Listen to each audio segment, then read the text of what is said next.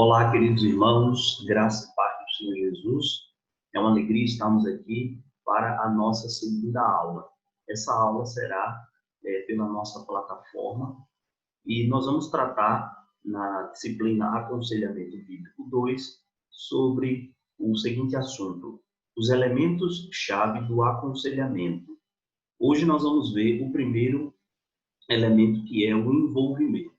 Antes de entrarmos propriamente dito nesse primeiro elemento, o envolvimento, eu quero apresentar para vocês quais são esses elementos e a importância deles no processo de aconselhamento bíblico.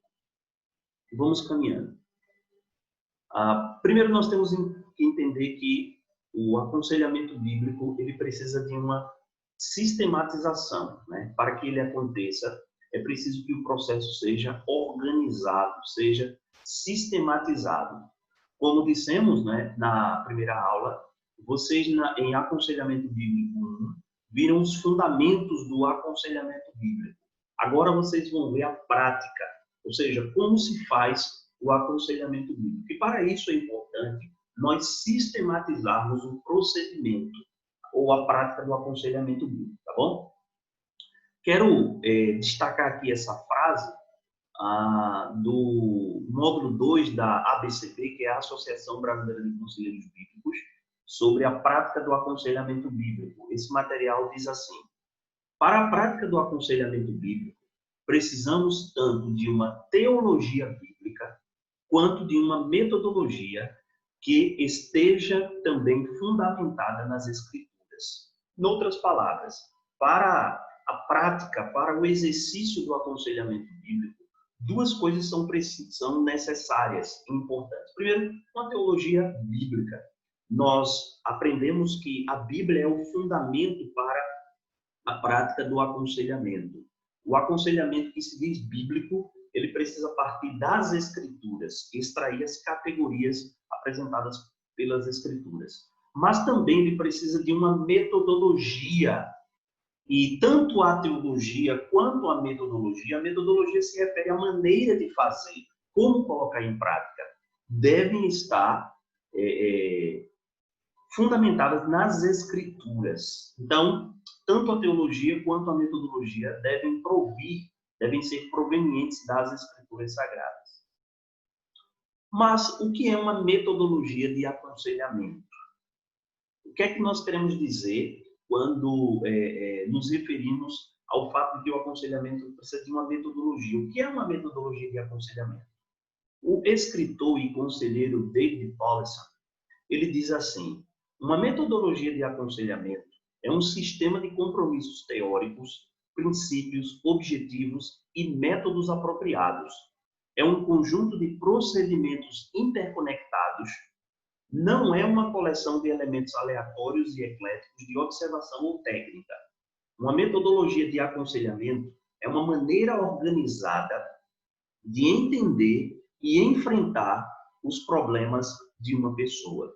Nessa colocação, o David Powlison nos mostra tanto o que é como o que não é uma metodologia de aconselhamento bíblico, né? Começando pela negativa, voltando aqui, ele diz que não é uma coleção de elementos aleatórios, soltos, né? E ecléticos de observação ou técnica. Então, não é isso. O que é uma metodologia de aconselhamento? É uma maneira organizada de entender e enfrentar os problemas de uma pessoa. Lembrando que o aconselhamento, ele geralmente acontece diante das demandas que as pessoas têm, do sofrimento, dos problemas e da necessidade de orientação por parte das pessoas. Então, o conselheiro bíblico, ele precisa de uma maneira organizada ou sistematizada de entender e de enfrentar os problemas de uma pessoa. Nós podemos dizer que o aconselhamento bíblico, para ser eficaz, ele precisa de uma metodologia, e uma metodologia que seja condizente com os padrões da palavra de Deus, ok? Conselheiros bíblicos têm sistematizado os elementos centrais do processo de aconselhamento bíblico. Elementos centrais, também chamados, né, de elementos-chave ou elementos essenciais do processo de aconselhamento bíblico. A prática do aconselhamento bíblico, o aconselhamento bíblico saudável, né, fundamentado na palavra de Deus, ele adota alguns elementos que são centrais. E nós vamos ver esses elementos. Antes, porém, eu queria fazer um esclarecimento importante que os autores Patten e Bingham nos chamam a atenção. Eles dizem assim: a mera compreensão desses aspectos ou desses elementos centrais, que veremos daqui a pouco, né, do ministério particular da palavra, é interessante, né? Eles entendem o aconselhamento bíblico como um ministério privado ou particular da palavra. Não fará de você um excelente conselheiro bíblico. Então, preste atenção nisso. O fato de que você sabe ou decorou, né, quais são e quantos são os elementos centrais do aconselhamento bíblico, por si só não faz de você um excelente conselheiro. Mas o seu entendimento desses princípios e de como eles interagem um com o outro no processo de aconselhamento irá colocar você no caminho rumo à capacidade de conceder cuidado misericordioso. Então, não basta apenas decorar. Você tem que saber utilizar e tem que saber, não é, como eles interagem entre si, qual a importância desses elementos, ok? E aí nós temos aqui uma sistematização, né, desse processo. Deixa eu mudar aqui minha posição na câmera, ok? Nós temos aqui uma sistematização desse processo de alguns autores. Esse quadro comparativo eu retirei da Prática de Aconselhamento Bíblico, da ABCB, o módulo 2. E aí os autores dessa apostila juntaram em pelo menos 6 elementos, se você observar aqui primeiro, né? 6 elementos centrais ou essenciais da prática do aconselhamento bíblico. O primeiro elemento é o envolvimento, o segundo elemento, a coleta de dados, o terceiro elemento, esperança, o quarto elemento, avaliação do problema, o quinto elemento, instrução, o sexto elemento, tarefa de casa. E aí ele pegou diferentes autores para mostrar como esses autores eles apresentam esse processo aí, né? Então, nós temos aqui o primeiro autor que eu citei anteriormente, né? Eles escreveram esse livro aqui, na verdade, parte desse livro, né? Um capítulo desse livro, em que eles dizem assim, o envolvimento, eles estabelecem da seguinte maneira, né? Estabelecer envolvimento. 2, coletar informações pertinentes, dar esperança bíblica, classificar os problemas, fornecer instrução e tarefas de casa. Irmão, só um parêntese. Nós vamos ter outras aulas em que nós vamos explicar cada elemento desse. Hoje, com a graça de Deus, pretendemos explicar e estudar o elemento número 1, que é o envolvimento. E qual a importância do envolvimento na prática do aconselhamento bíblico?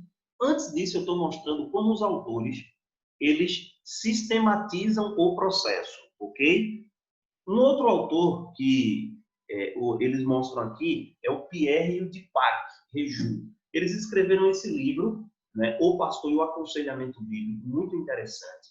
E eles sistematizam o processo de aconselhamento da seguinte maneira. Primeiro, ouvir o problema, estabelecer uma conexão relacional. Depois, ouvir o problema, explore a preocupação. Terceiro elemento, falar a verdade em amor, mostre esperança. Quarto, considere as respostas do coração. Quinto, falar a verdade em amor, ofereça remédios redentores. Sexto, estabeleça expectativas ou tarefa de preparação. Outros autores aqui que são mostrados, exatamente deixa eu só pegar aqui, que a gravação encobriu aqui um pouquinho. Depois do Deepak, nós temos o Paul David Tripp, não é? Que escreveu esse livro aqui, Instrumentos nas Mãos do Redentor.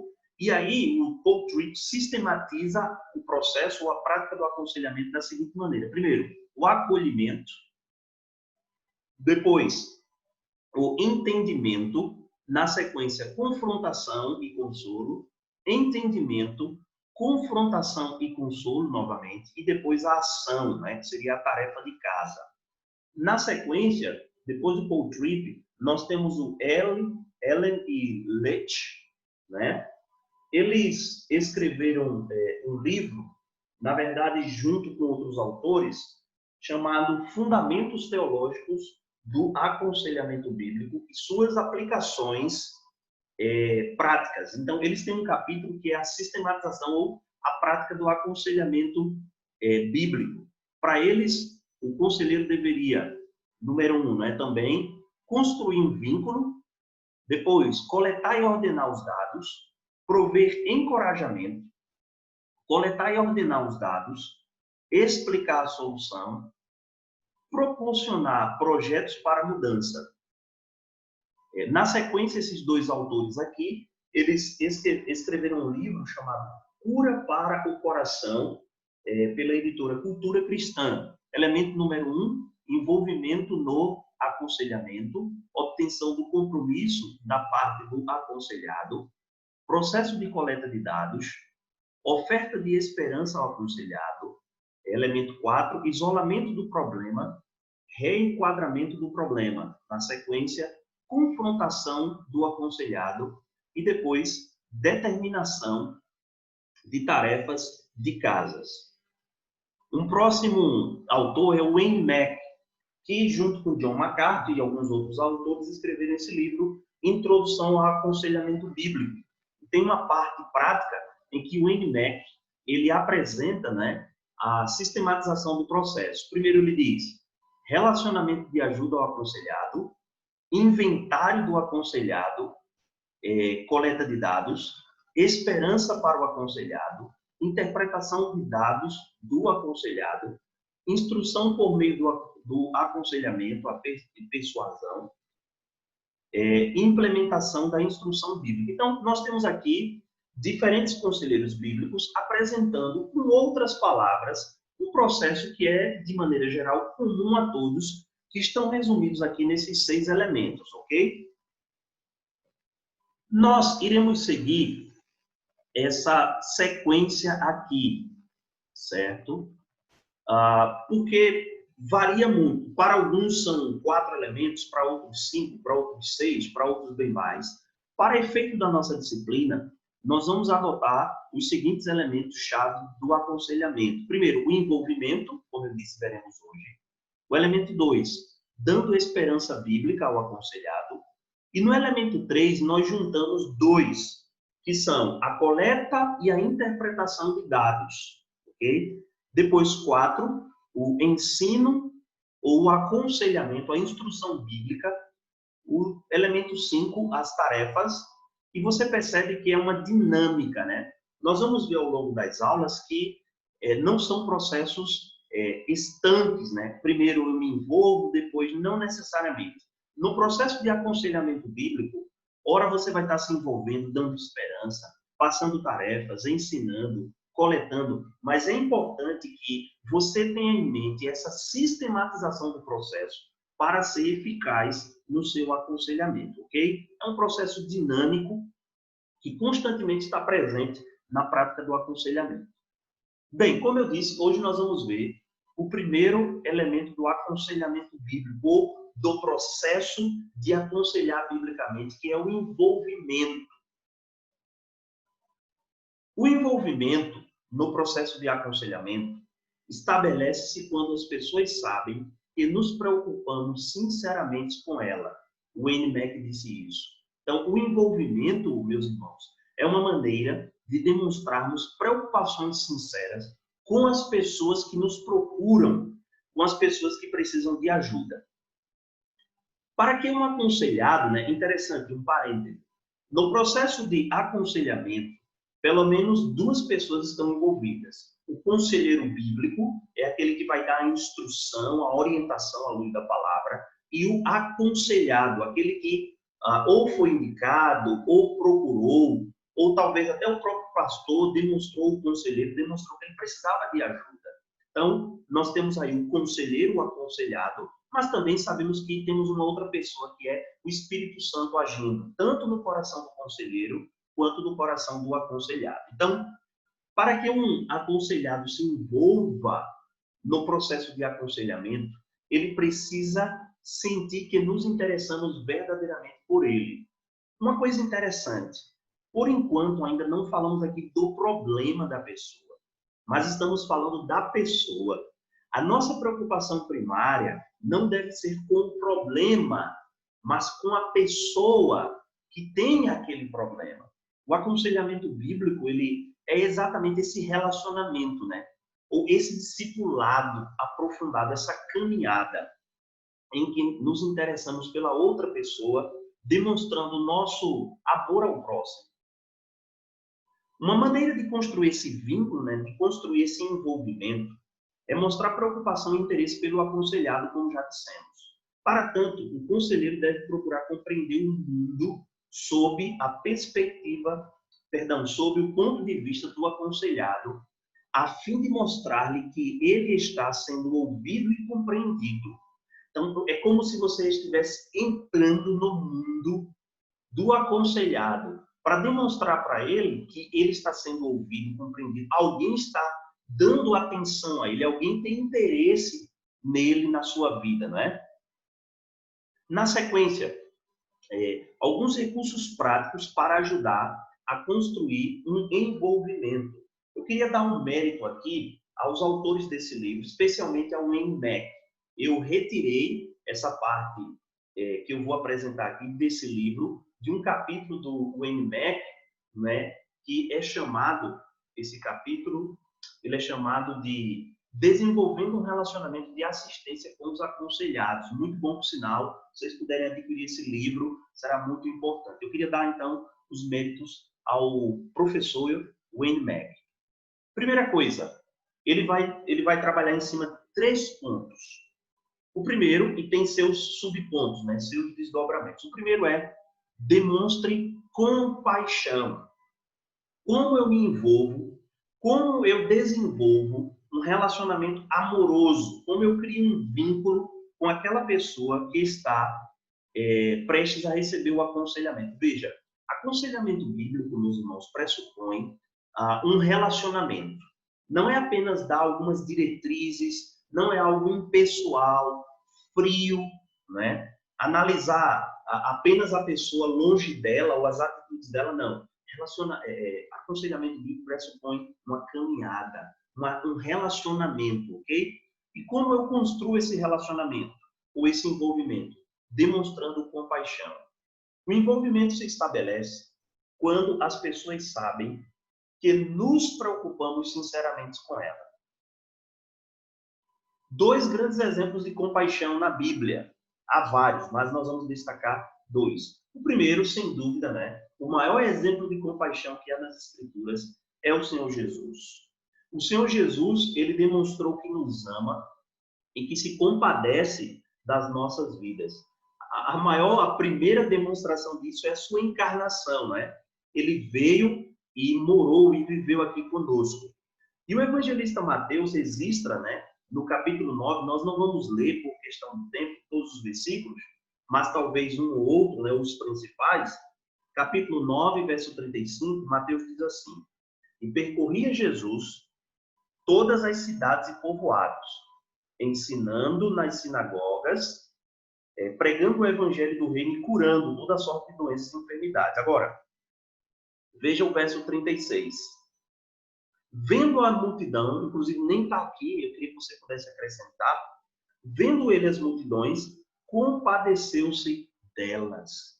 Jesus teve compaixão, Jesus teve preocupação, Jesus se importou com a situação da multidão que era como ovelhas que não tinham pastor. Então, Jesus nos mostra essa compaixão, né? Aqui no exemplo de Lázaro, a Bíblia nos diz que ele chorou por causa da morte de Lázaro. Um outro exemplo é o próprio apóstolo Paulo, né? O próprio apóstolo Paulo, ele também demonstrou ter compaixão pelos irmãos. Por exemplo, em Atos capítulo 20, versículo 31, a palavra de Deus diz assim: portanto, vigiai, lembrando-vos de que, por 3 anos, noite e dia, não cessei de admoestar. Há um parêntese, essa palavra admoestar é exortar, né, do original grego, né? Noutecia, é de onde vem o método também que utilizamos, o aconselhamento noutético, literalmente colocar na mente, ou aconselhamento bíblico. Mas como ele admoestou os irmãos? Com lágrimas, né? Chorando, sentindo ali, tendo aquilo que nós chamamos de empatia, ou também simpatia, né? Como desenvolver, então, uma compaixão autêntica, uma compaixão verdadeira? Primeiro, pense como você se sentiria se estivesse na posição do aconselhado. Isso é importante. Será que eu trataria, será que eu queria receber aquele tratamento, aquela atenção que foi dada? Foi uma boa atenção? Enfim, né? Então, é importante nós pensarmos como nós mesmos, ou eu mesmo me sentiria se eu estivesse na posição daquela pessoa que está recebendo aconselhamento. Aquela pessoa que está sofrendo, que está passando por dificuldades. Então, eu tento me colocar no lugar do outro. Outra maneira de desenvolver compaixão, veja a pessoa como um membro da sua família. Veja o aconselhado como parte da sua família. Na verdade, ele o é, porque no caso, se ele for crente, né, ele é seu irmão no Cristo, ele é seu irmão na fé, talvez até pertença à mesma comunidade de fé que você, da mesma igreja que você. Então, veja ele como parte da sua família, né? Como alguém bem próximo a você. Lembre-se de sua própria pecaminosidade. Aí é para o próprio conselheiro, né? Quando nós vamos tratar pessoas que foram surpreendidas pelo pecado, nós temos que ter humildade e reconhecer que estamos passivos a cair naquele mesmo pecado, se não for a graça de Deus. Nós não somos melhores nem superiores do que as pessoas que estamos aconselhando. Paulo, em Gálatas 6:1, diz assim: irmãos, se alguém for surpreendido em alguma falta, vós que sois espirituais, corrigi-o com espírito de brandura e guarda-te para que não sejas também tentado. Então, nós precisamos corrigir as pessoas, não demonstrando para elas que nunca faríamos aquilo, né? Mas demonstrando para ela que nós podemos também cair. Mas a graça de Deus tem agido na nossa vida. Pense em maneiras práticas de demonstrar compaixão pelaquela pessoa. No livro, o Wayne Mack nos mostra alguns recursos importantes para isso. Por exemplo, você disse aos seus aconselhados que se importa com eles, que ele é importante para você. Você orou por eles e com eles. É importante, nos primeiros encontros de aconselhamento, dizermos para a pessoa que nós oramos pela vida deles, que nós tiramos um tempo para apresentar a vida daquela pessoa na presença de Deus, que estudamos o problema daquela pessoa. Uma outra coisa, você se alegrou com ele ou chorou com ele, né? Você falou com ele de forma respeitosa, gentil, com ternura, né? Então, existem muitas maneiras de você demonstrar essa compaixão bíblica, né? Então, outros recursos. 2. Primeiro, nós vimos demonstrar compaixão. E vimos os exemplos de Jesus e de Paulo. E vimos maneiras de demonstrar compaixão às pessoas. Isso é muito importante para construir um vínculo. Lembrando que o aconselhamento é um relacionamento, é uma caminhada, né? É uma caminhada visando ajudar a outra pessoa a ser mais parecida com Jesus. Segunda coisa, demonstre respeito por quem você está aconselhando. As pessoas precisam saber não apenas que nos importamos com elas, elas precisam saber também que nós as respeitamos, que nós a consideramos, né? Que nós temos uma autoconsideração por aquela pessoa. Como demonstrar respeito ao aconselhado, a quem você está aconselhando? Primeiro, use uma comunicação verbal adequada. Isso é importante, meus irmãos, no processo de aconselhamento bíblico. Usar uma linguagem, usar uma comunicação verbal adequada. E a Bíblia tem vários princípios para a nossa linguagem, né? A Bíblia diz em Provérbios que, como maçãs de ouro em bandeja de prata, assim é a palavra dita a seu tempo. Paulo nos diz que nós devemos falar a verdade, mas devemos falar a verdade em amor. Devemos falar palavras que edificam, palavras de sabedoria, não é? Então, isso é importante, a sua comunicação verbal. Você poder variar os tons. Talvez na primeira sessão você vai receber alguém que está sofrendo muito, que vai chorar muito, alguém que abre o coração. E é importante você comunicar graça, você comunicar amor, você comunicar, não verdades, mas de forma edificante àquela pessoa. Uma outra coisa, use a comunicação não verbal adequada.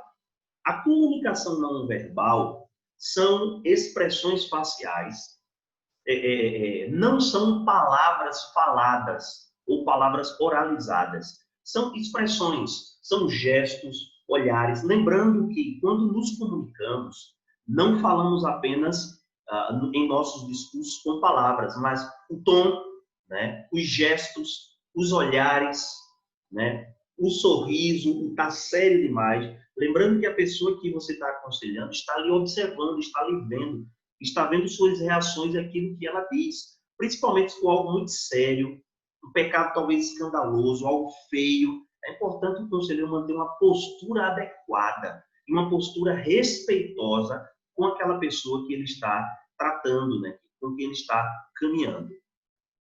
Leve a sério os problemas do aconselhado.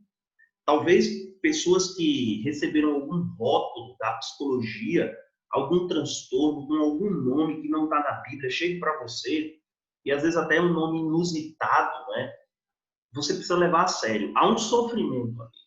Embora talvez a Bíblia não trate aquele problema com aquele nome, há uma outra categoria na Escritura, mas é importante você ouvir a pessoa, né? E levar a sério o problema dela. Isso é uma maneira de demonstrar respeito. Talvez para você o problema dela seja algo simples, mas para ela não é. Então é importante você observar isso.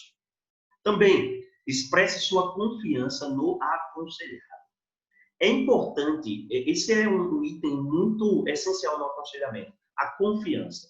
Poderia dizer que sem a confiança, o aconselhamento bíblico não vai ser eficaz. Tanto o aconselhado tem que confiar no conselheiro, porque ele vai abrir seu coração, mas também o conselheiro tem que confiar que seu aconselhado está dizendo a verdade. Por isso que ele precisa fazer perguntas, conhecer a história da pessoa e precisa dar credibilidade, confiar naquilo que a pessoa está dizendo. Aconselhamento bíblico é um relacionamento de confiança entre essas duas partes. Uma outra coisa, seja receptivo à contribuição dos aconselhados. Aqui eu queria abrir um parêntese. O aconselhamento bíblico, ele anda de mãos dadas com a pregação bíblica, com a exposição. No entanto, são duas facetas de um ministério, que é o ministério da palavra. Na pregação, a palavra de Deus é pregada de forma expositiva, de forma aberta para um grande grupo, né? Geralmente esse grupo não pode interagir fazendo perguntas ou comentando. O aconselhamento bíblico não é um ministério da palavra, mas é um ministério privado. A pregação é um ministério público da palavra. O aconselhamento é um ministério privado. E é importante que, na prática do aconselhamento, o aconselhado possa ter um espaço em que ele possa ser ouvido, que ele possa interagir, que ele possa fazer perguntas, comentários, né? E o conselheiro deve receber com bons olhos as contribuições dos aconselhados. Caso ele cometeu algum erro, algum equívoco, em amor você pode corrigi-lo, ajudá-lo, mostrar biblicamente, né? Então, aconselhamento bíblico não é uma aula de escola bíblica dominical, em que talvez ali o professor é quem mais fale, e talvez até só ele fale. Não. Aconselhamento bíblico é uma interação, é um discipulado, né? Onde ambas as partes interagem, ok? Um item importante, meus irmãos, não viole a confidencialidade. Além da confiança, a confidencialidade é importante. Você vai receber pessoas que vão abrir o coração, pessoas que vão contar, talvez, segredos seus, pessoas que vão contar coisas que ele nunca disse, talvez, para alguém, nem nunca diria para uma outra pessoa. Agora, É importante nessa parte de confidencialidade, porque às vezes os aconselhados, antes de dizer um problema, eles dizem assim, pastor, eu vou contar, eu, o conselheiro, né? Meu irmão, eu vou contar isso para você, mas eu peço para que não saia daqui. Você não conte para ninguém. Você me promete confidência absoluta ou confidencialidade absoluta? É importante o conselheiro deixar claro, como diz o Jay Adams, que nós não prometemos confidencialidade absoluta. Por quê? Tem um detalhe. Se a pessoa pede sua confidencialidade absoluta e depois, um exemplo bem extremo, o que ele vai contar a você é um crime que ele cometeu, mas você se comprometeu com ele de não compartilhar com ninguém. O que você deve fazer é prometer uma confidencialidade à luz da palavra de Deus, ou como eu digo, né, uma confidencialidade bíblica, porque se ele te conta algo que é criminoso, ou que ele precisa resolver com outro irmão, como conselheiro, você tem que o desafiar a procurar o outro irmão. E se ele não quiser ir, talvez até você possa se colocar à disposição para ir com ele. Jesus falou bem disso em Mateus 18, né? Ele disse que, ó, se teu irmão pecar contra ti, procura teu irmão, vai até ele e conversa. Se ele te ouvir, você ganhou o seu irmão. Mas se ele não te der ouvidos, o que é que você tem que fazer?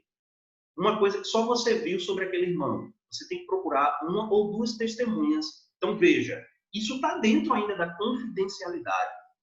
E se a pessoa não ouvir as testemunhas, Jesus disse que leva à igreja. Então, é importante, conselheiros bíblicos, vocês estarem atentos a esses itens. Quando alguém pedir confidencialidade de algo, você diz para ela que vai oferecer a confidencialidade bíblica à luz dos padrões da palavra. Você não pode esconder um segredo, não é, que fere a palavra de Deus ou que fere claramente o próximo, ok? Espero que esse ponto tenha ficado claro. O NMAC, ele usa um acróstico, voltando para a questão da linguagem não verbal, né? Como é que a gente pode demonstrar que estamos realmente interessados em conhecer a pessoa? É um acróstico chamado amparo. Primeiro, o A, né? Atitude atenta. Esteja atento à pessoa. Preste atenção. Durante esse processo, talvez desligue seu celular, coloque no silencioso. O ambiente também é importante. A gente vai ter um momento que a gente vai falar sobre isso. Então, atitude atenta à pessoa. Não fique olhando para os lados o tempo todo, tirando a atenção, porque talvez a pessoa possa passar para a pessoa a impressão de que você não está observando, não está atento ao problema. Então, olhe no olho da pessoa, esteja atento às expressões, né? Movimentos apropriados. Cuidado com movimentos exagerados, principalmente com os braços, a sua postura, como você está se dirigindo à pessoa. Isso vai ajudar a pessoa a construir a confiança em você. Também vai ajudar você a se envolver com a pessoa. Então, movimentos adequados, nem ficar também muito paradão, congelado, nem também movimentos exagerados. Postura interessada, né? Como você senta na cadeira, como você olha, como já dissemos, a pessoa. Então, demonstre para a pessoa que você está com uma postura interessada. Lembrando que nós falamos, o nosso corpo também fala muito. Abordagem vocal adequada.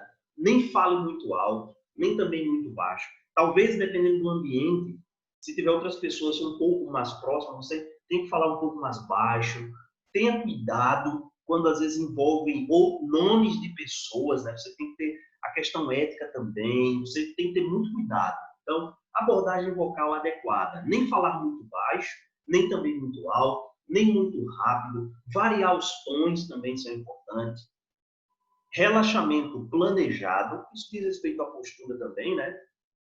E olhar respeitoso para a pessoa. Não olhe para a pessoa com um olhar desprezando ela, talvez com um olhar preconceituoso, mas com um olhar respeitoso. O terceiro ponto é demonstre sinceridade. O primeiro foi demonstre compaixão, o segundo demonstre respeito e o terceiro demonstre sinceridade. O tipo de relacionamento que queremos desenvolver com os nossos aconselhados, perdão aqui, houve um meio de digitação, só pode existir se eles souberem que estamos sendo autênticos e sinceros com eles. Como podemos, então, ser sinceros e honestos em nosso aconselhamento? Primeiro, seja honesto sobre suas qualificações, né? Paulo, tanto em Romanos como em Filipenses, se apresenta como servo, como aquele que está ali para servir. Demonstra a humildade de Paulo, sua simplicidade. Não, seja honesto sobre suas qualificações, quem você é, quais são suas características, suas qualificações. Algumas dessas você pode deixar claro também para a pessoa. Seja sincero sobre suas próprias fraquezas. Demonstre para a pessoa aquilo que você é capaz, também o que você não é capaz. Talvez o aconselhado possa fazer uma pergunta que no momento você não está seguro, mas você diz para ele que vai pesquisar, vai conhecer mais. Mas também demonstre que você tem limitações e que também você tem fraquezas. Por exemplo, caso apareça alguém com um sofrimento ou com um caso difícil e você não consegue dar conta, aquela pessoa abrir o seu coração, você tem algumas opções. Você pode passar o caso para um outro conselheiro, mas é importante que, como aquela pessoa lhe procurou primeiro, talvez você até diga, olha, eu posso ir com você, talvez eu não possa ajudar a tratar você, mas eu posso me envolver no processo. Eu vou estar com você, já que você me procurou, ok? Seja sincero sobre os seus propósitos e suas intenções. Logo nas primeiras sessões, precisamos dizer às pessoas que tipo de aconselhamento fazemos, o que vamos tratar, a importância da palavra de Deus, para que a pessoa não alimente expectativas muito elevadas que você não vai poder suprir. Então é importante você já fazer esses ajustes, explicar o que é o aconselhamento, qual o seu papel, qual a responsabilidade do aconselhado, o trabalho dele também nesse processo. Então, isso é importante. E deixar claro quais são as suas intenções. Seja sincero sobre suas limitações como conselheiro. Até já falamos isso, né? Sobre suas fraquezas e também suas limitações. Não deixe transparecer que você é um super-herói. E que você, por si mesmo, é capaz, conselheiro, de resolver o problema da pessoa. Quem resolve o problema, quem trata é a palavra, é o Espírito Santo, não você. Bem, eu queria concluir, lendo uma carta de uma jovem que se aconselhou e que deu um testemunho da importância do envolvimento do aconselhado. É uma carta de uma aconselhada, né? Diz assim, está no livro Introdução ao Aconselhamento Bíblico. Ela diz assim, para mim, o conteúdo do aconselhamento foi secundário em muitos sentidos. Muitas vezes foi a personalidade do conselheiro que estabelecia o fundamento para a minha confiança, aceitação e aplicação daquilo que era apresentado durante o aconselhamento. Para mim, foi um grande passo submeter-me à tutela de um homem. Meus relacionamentos com homens e mulheres haviam sido tão negativos que eu não confiava em ninguém, mas era pior com os homens do que com as mulheres. O conselheiro precisa ser confiável. Algumas das coisas mais difíceis da minha vida só vieram à tona após um longo relacionamento com meus conselheiros. Simplesmente porque eu precisava ter certeza de que, acontecesse o que acontecesse, eu podia confiar nele. Tive muitas experiências com pessoas que não acreditaram em mim quando lhes contei certas coisas que estavam acontecendo em minha vida. Eu supunha que a maioria das pessoas era assim, e eu tendia que todas fossem assim. Por isso, não confiava facilmente. Eu precisei de tempo e precisava saber que o conselheiro acreditava em mim. Eu precisava ver que ele confiava em mim.